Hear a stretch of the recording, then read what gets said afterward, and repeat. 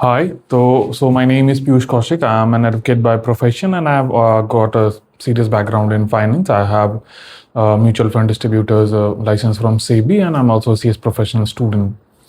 So recently there's been a lot of talks, like especially it took my attention when Nitin Kamath of Zerodha, he posted up why there's so much of outflow of foreign institutional investors. And अगर आप follow up करेंगे, which I have been doing for quite some time, I would say 3 months for sure, where I daily check on the amount of outflow. तो बहुत ज़्यादा outflow हो रहा है. In fact, I think after 1 or 2 months of consistent outflow, there was a slight inflow on the daily basis जो net होता है in the on previous Thursday, I believe on previous Thursday वो हुआ था. Apart from that, आपको कभी भी inflow नहीं दिख रहा for like last 2 to 3 months जब से मैं फॉलो कर रहा हूँ. And when you scratch the surface and dig deeper, you find that in the year 2025, सिर्फ एक साल में the amount of money which was taken out of the system by foreign institutional investors, that's 1,58,000 crores. आप समझ लो 1,58,000 करोड़ एक बार में market से सकॉन बाहर हो गया. ये तो नेट वैल्यू है, उससे मतलब सेल तो काफ़ी हुआ है, but they bought also, but that has been pretty less. और वो इतना कम in quantity they are buying in Indian markets that जो आपका मार्केट है उसमें any time the domestic institutional investor जिसमें म्यूचुअल फंड आते हैं उनका जो शेयर होता था वो फॉरेन इंस्टीट्यूशनल इन्वेस्टर से कम होता था. But now the value of domestic institutional investors is more than foreign institutional investors. अब बहुत सारे लोग कहेंगे आत्मनिर्भर या जो भी है, तो आप उसमें देख सकते हो आत्मनिर्भर सोचने का क्या है कि मार्केट पूरा क्रैश करते जा रहा है. तो अब इसको पर्सपेक्टिव ये आप लेके चलो कि ऑन अ डेली बेसिस अब आप 1,58,000 करोड़ को when you are no dividing it by like 365 days a year में, तो on a daily basis there is a sale of 3,500 crore rupees. 3,500 crore.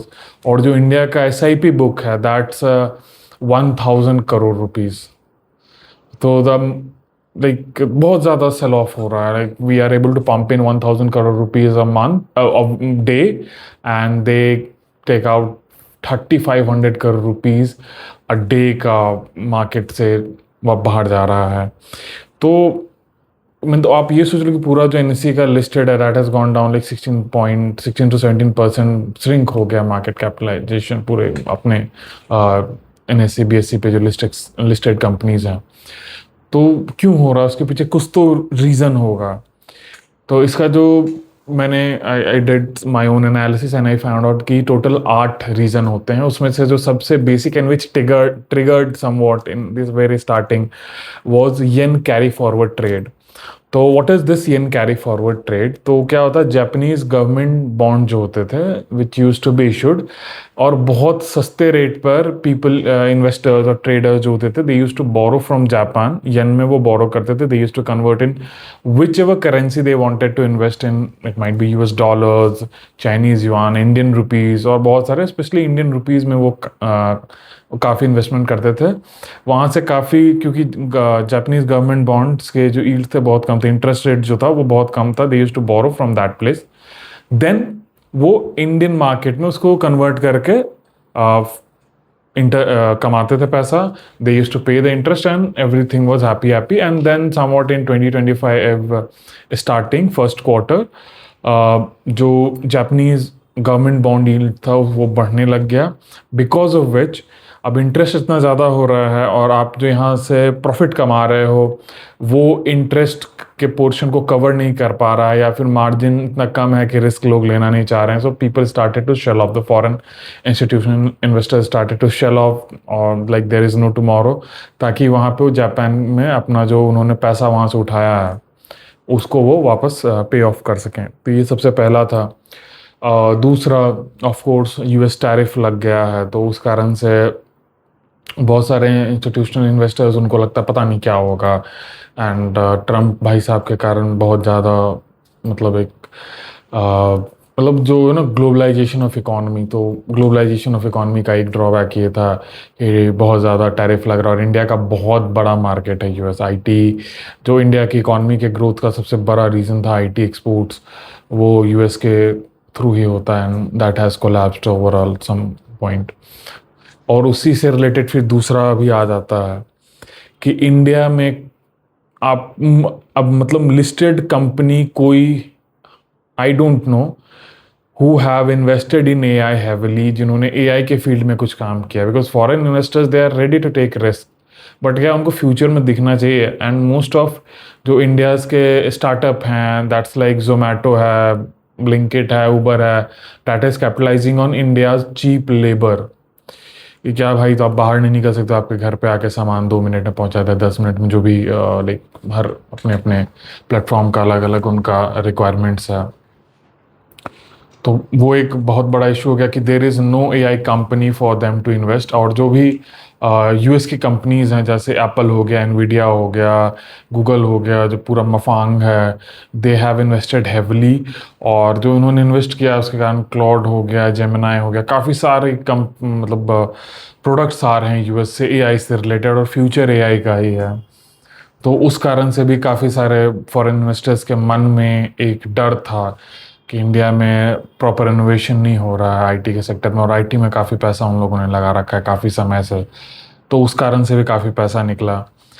दूसरा, सॉरी दूसरा नहीं, तो तीसरा, तीसरा एक बहुत ही, तीसरा नहीं सॉरी, चौथा, चौथा फैक्टर क्या है, वैल्यूएशन। जो पोस्ट कोविड जो एक पूरा रैली आया था, तो उस रैली के कारण वैल्यूएशन जो थे वो काफ़ी हाई हो रखा था। एक stock market to GDP ratio था, तो stock market to GDP ratio reached 1.3 times, यानी जो हमारा स्टॉक मार्केट का वैल्यूएशन है वो जीडीपी से 1.3 टाइम्स हो चुका है। तो बहुत ही अनरियलिस्टिक हो जाता है, तो वो भी एक रीज़न हो जाता है कि फॉरेन इन्वेस्टर्स को लगता है कि ये काफ़ी कॉस्टली है, और है भी। रफली जो पी है इंडियन स्टॉक मार्केट का, डैट्स 22.7, यानी ₹1 कमाने के लिए आपको 22.7 खर्च करना पड़ा, ₹22.70 खर्च करना पड़ रहा है। तो भी काफ़ी निगेटिव हो जाता है स्टॉक मार्केट के पॉइंट ऑफ व्यू से। और अगर आप देखो बाहर में, तो 15 में मिल रहा है, 20 में मिल रहा है, कहीं कहीं पे तो जैसे चाइनीज़ मार्केट जो है, चाइनीज में 10 का ही रेट चल रहा है, जो उनका पी चल रहा है। तो ऑफकोर्स दे गो देयर जहाँ पे उनको बेटर वैल्यूएशंस मिल रहा है एंड फ्यूचर प्रोस्पेक्ट्स बेटर है। और इसी से पांचवा रीजन जो जर्मिनेट होता है वो चाइना।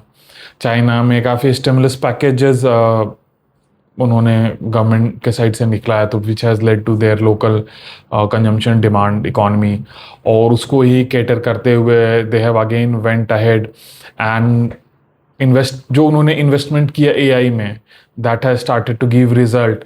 एंड उनका जो लेटेस्ट डीप फेक आया था, सॉरी डीप फेक मैंने कहा, सॉरी क्या नाम है उसका, DeepSeek, sorry DeepSeek. वैसे उनका मेजॉरिटी चीज़ तो they clone it out from somewhere, but वो चलता है, like most of even US का जो टेक्नोलॉजिकल एडवांसमेंट हुआ था, that is because they were able to attract a lot of German and Russian scientist, जिन्होंने एक तरह से को वहाँ के टेक्नोलॉजी को लिया था। So that's fine, India should also do that. मैं उसके फुल फेवर में हूँ, आप टेक्नोलॉजी को रिवर्स करके लो अपने फ़ायदे के लिए। तो चाइना का डीप सीक आया, प्लस उनका इकोनॉमी का रिवाइवल हो रहा है because of stimulus package and everything. तो वो आपका पांचवा रीज़न है। छठा रीज़न क्या है, अब मान लो कोई छठा और जो, सॉरी सातवां और आठवां रीज़न, सॉरी जो छठा रीज़न है, सातवां रीज़न है, और जो आठवां रीज़न जो लगता है वो सारा का सारा कनेक्टेड है एक तरह से, ठीक है। तो वो इस तरह से हो जाता है कि आपका जो कंपनीज जो हैं इंडिया की, उनमें ग्रोथ नहीं हो रहा है। जहाँ चाइना में स्टिमुलस पैकेज दे के उसको ग्रो करवाया गया है, इंडिया में कंपनीज में ग्रोथ नहीं है। अब आप जीडीपी का दिखा, you can tweak the numbers here and there, and GDP के numbers they are coming favorable that growth is happening in India, but when you are looking at consumption good companies, और अगर आप banking companies को देख रहे हो, तो banking companies का अगर आप 1% का ग्रोथ हुआ है, तो बैंकिंग कंपनीज का 2.5% का ग्रोथ होना चाहिए। क्योंकि क्या है कि आपका जीडीपी में ₹1 आपको मिला है, ठीक है, तो वो मार्कअप हो जाता है। बट बैंक में क्या होता है, 1 रुपया आपको मिला है, फिर उसको वो लोग जमा करते हैं, फिर उससे वो लोन देते हैं। तो अगर 1 GDP का ग्रोथ है तो बैंक का 2 या कुछ ग्रोथ होना चाहिए। सिमिलरली जो हमारा आपका ये कहते हैं जो FMGC कंपनीज हैं, उसमें अगर GDP में उतना ग्रोथ है तो FMGC कंपनी में ग्रोथ नहीं हो रहा है। तो FMGC कंपनीज में ग्रोथ नहीं हो रहा तो ग्रोथ कहाँ जा रहा है? तो ये एक बहुत बड़ा रीज़न है, पूछने की बात है कि क्यों हो रहा है, कहाँ जा रहा है वो ग्रोथ, जो अगर बताया जा रहा है हो रहा है तो इंडियन कंपनीज में ग्रोथ नहीं है। तो ये भी एक रीज़न है, आपका कॉस्टली है, ग्रोथ नहीं है तो पैसा बाहर जा रहा है निकाल के। वो जो फॉरेन इंस्टीट्यूशनल इन्वेस्टर्स हैं वो इंडिया से बाहर जा रहे हैं।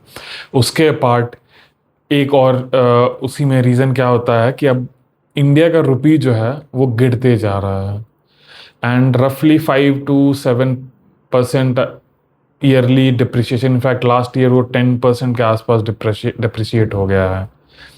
ऑन ए ग्रोइंग इकोनॉमी जो रुपीज़ का डिप्रिशिएशन अगर जो होता है उसका एक लॉजिक ये भी होता है कि इंडिया में जिस रेट से महंगाई बढ़ रही है, US में उस रेट से महंगाई नहीं बढ़ रही, तो उसको एडजस्ट करने के लिए समवॉट कहीं पे रुपए का वैल्यू डिप्रिशिएट होता है। तो इंडिया का डिप्रिशिएशन 10% चला जा रहा है। अब इतना ज़्यादा डिप्रिशिएट हो रहा है, कोई अगर 100 रुपया लेके आया इन्वेस्ट करने के लिए इंडियन मार्केट में, अब वो उसको जब वापस ले जाएगा तो उसका क्या होगा, कोई रुपी से उसको डॉलर में कन्वर्ट करेगा, रुपी से उसको यूरो में, जिस भी करेंसी में कन्वर्ट करे, तो वहाँ पे क्या उसको उसका जो प्रॉफिट साइज है वो ऑलरेडी कम हो जाएगा। उसके बाद यहाँ पे इससे रिलेटेड जो दूसरा ये है कि गवर्नमेंट ने जो टैक्स है, अब LTC long term capital gain tax वो 0 होता था, आप बढ़ाते बढ़ाते उसको 12.5% लेके चले गए हैं। तो जो उनका प्रॉफिट जो होगा उसमें से दे हैव टू पे करेंसी डिप्रिशिएशन का कॉस्ट पे करना पड़ रहा है, फिर टैक्स देना पड़ रहा है। तो अब 10 से 12% अगर वो निकाल ले रहे हैं और उस 10 से 12% का आप आधा के आसपास यहीं गायब हो जा रहा है डिप्रिशिएशन एंड अदर थिंग में, क्योंकि डिप्रिसिएशन जो हो रहा है, पैसे जब वो निकालेंगे तो प्रॉफिट तो डिप्रिशिएट नहीं हो रहा ना, उन्होंने जो पैसा लगाया था वो भी डिप्रिशिएट होता है, जो प्रिंसिपल अमाउंट भी डिप्रिशिएट होकर उनको वापस मिल रहा है। तो उस कारण से काफ़ी नेगेटिव माइंडसेट हो चुका है।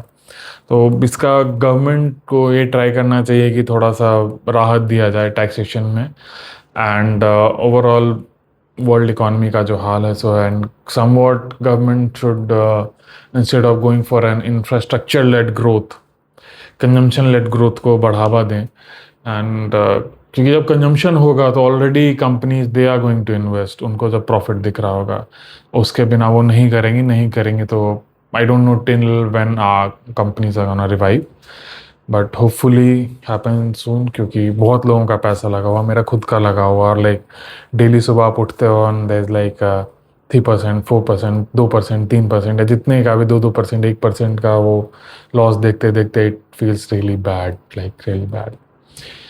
सो यही अभी तक का मेरा इस टॉपिक को, मेरा जो मैंने एनालाइज किया उसका ये सार था। And if you have any questions आप कमेंट सेक्शन में जाओ, I will be happy to address them. And अगर आपको अच्छा लगे तो लाइक शेयर एंड सब्सक्राइब करें। Okay, bye.